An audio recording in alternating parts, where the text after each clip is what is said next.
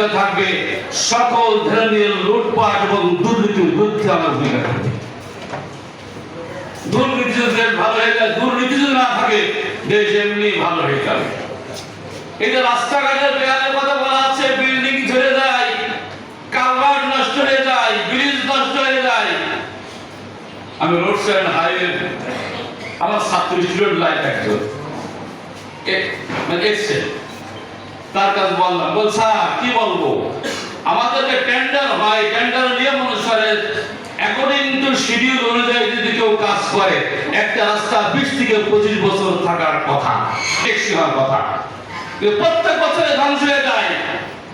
কারণ হচ্ছে কিছু অসৎ নেতা এবং অসৎ অফিসার যোগ সদস্যকে সকল জায়গাতে পার্সেন্টেজ খেয়ে 100% করে থাকে, কাজ হয় 10% আর 90% টাকা লুটপাট করে খায়। এটা এই অবস্থা থেকে বেরিয়ে আসতে হবে আমাদের।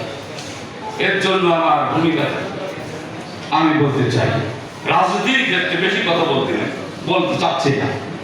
রাজনীতি এখানে বলা হয়েছে রাজনীতি আলোচনা হবে না, রাজনীতি ছাড়া কিছু হয় না। কারণ রাজনীতি হচ্ছে সমাজ পরিবর্তন করে, সমাজ পরিচালনার নিয়ামক শক্তি হচ্ছে রাজনীতি।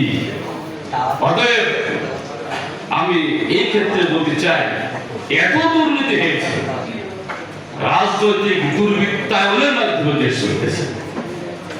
রাজনৈতিক দুর্বৃত্তায়ন থেকে দেশকে রক্ষা করতে হবে, তাই সব জায়গায় সুষ্ঠুভাবে চলবে।